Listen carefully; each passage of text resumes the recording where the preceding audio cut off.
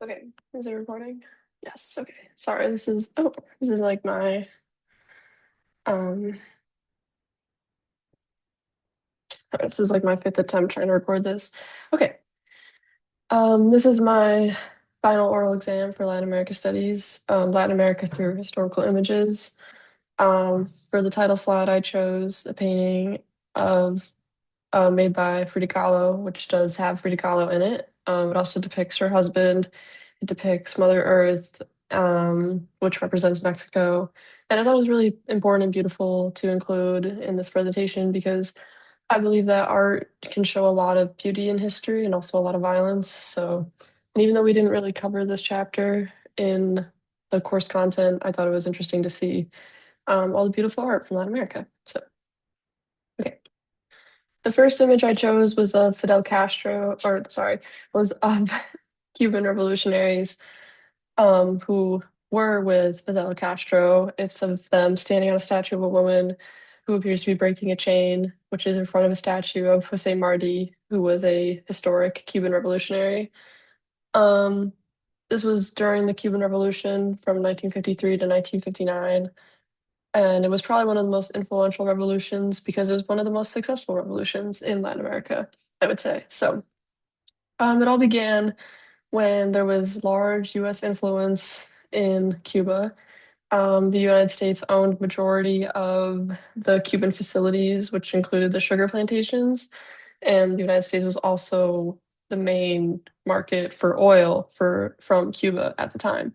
So the United States was a huge influence for Cuba, which was a benefit for the United States, but not a benefit for Cuba because since the United States owned so much land, there wasn't any land for the Cuban people to own, and their economy was kind of like not really going up or down or evolving at all. So basically, like the United States and the elites of Cuba were getting richer, and then everyone else was um, staying poor or getting poorer. So that all changed when Fidel Castro came around.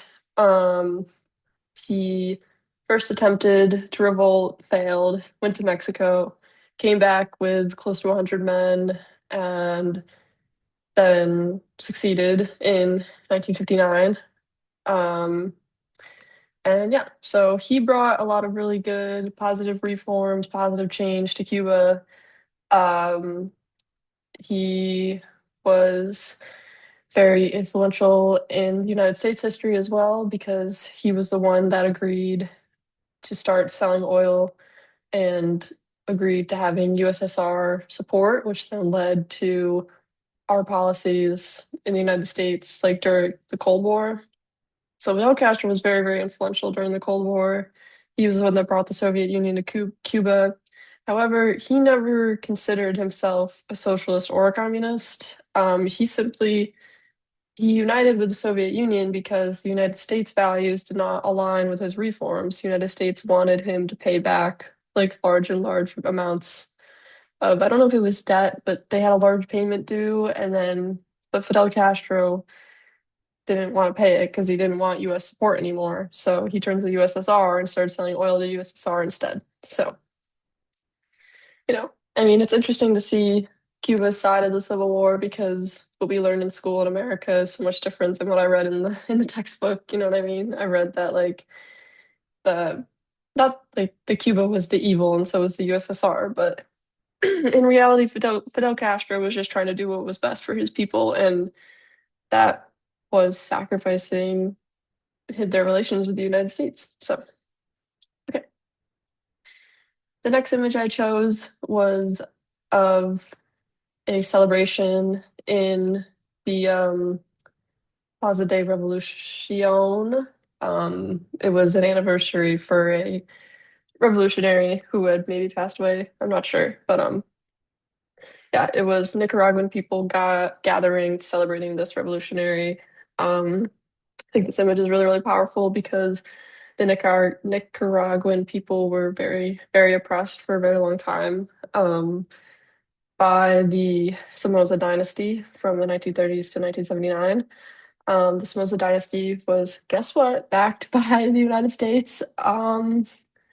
They, yeah, they just kept giving money and stealing the money from the Nicaraguan people for a very long time.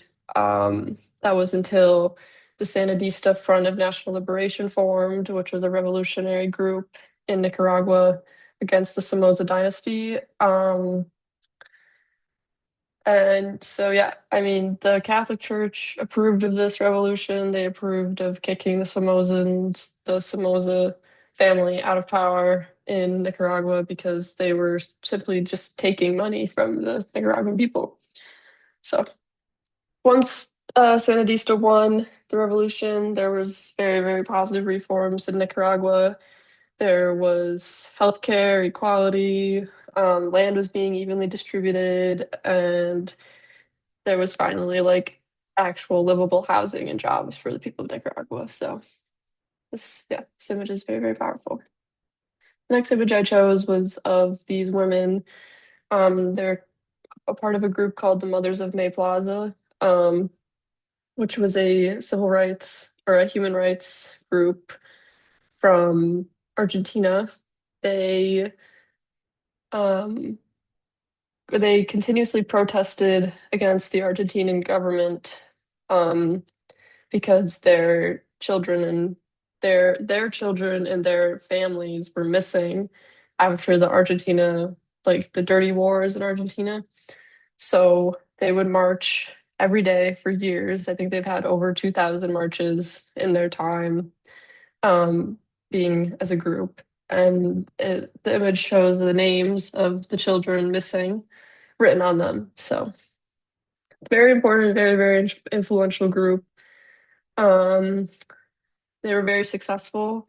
I don't know if they ever did find the children that were missing. However, they were very loud and very prominent, and they also were never really attacked because the Argentinian government couldn't find a reason to attack peaceful, unarmed mothers looking for their children. So the next image I chose was of a United States worker, maybe he was in the army, showing a young El Salvadorian boy how to use a mortar, which is just like a stationary missile launcher thing.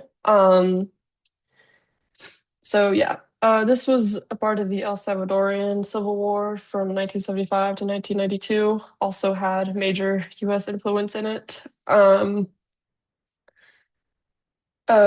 Basically, El Salvador had a lot of debt, had a lot of foreign loans. They also had no land to give to their people.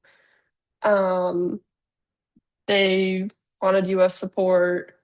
Other people didn't want US support. There was a civil war. The Farabundo Marti Front for National Liberation, FMLN, was against US influence in El Salvador and were ruthlessly fighting using guerrilla tactics against the United States and the El Salvadorian military.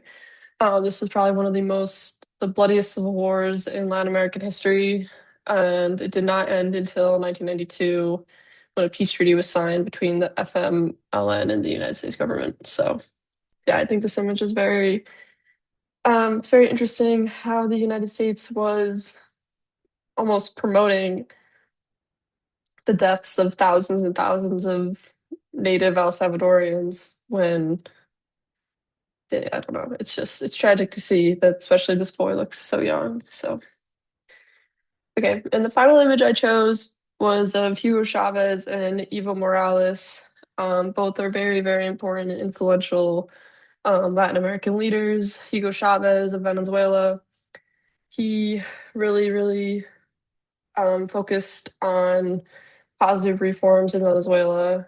He had a large sum of money from he had a lot of money from his oil companies, so he rewrote the Venezuelan constitution, and he also lifted up indigenous voices for the first time, which goes into Evo Morales being the first indigenous president of Bolivia. So both of these characters are very important to see. It also shows how leftward swinging Latin America turned. or like as the turn of the century was the 2000s, Latin America swung more left, and we saw that a lot with their they started having more democratic elections, more organized government, more just overall more positive change in these countries. So yeah, I just included all the art that was in the textbook. I thought it was really cool. So yeah, thank you for watching.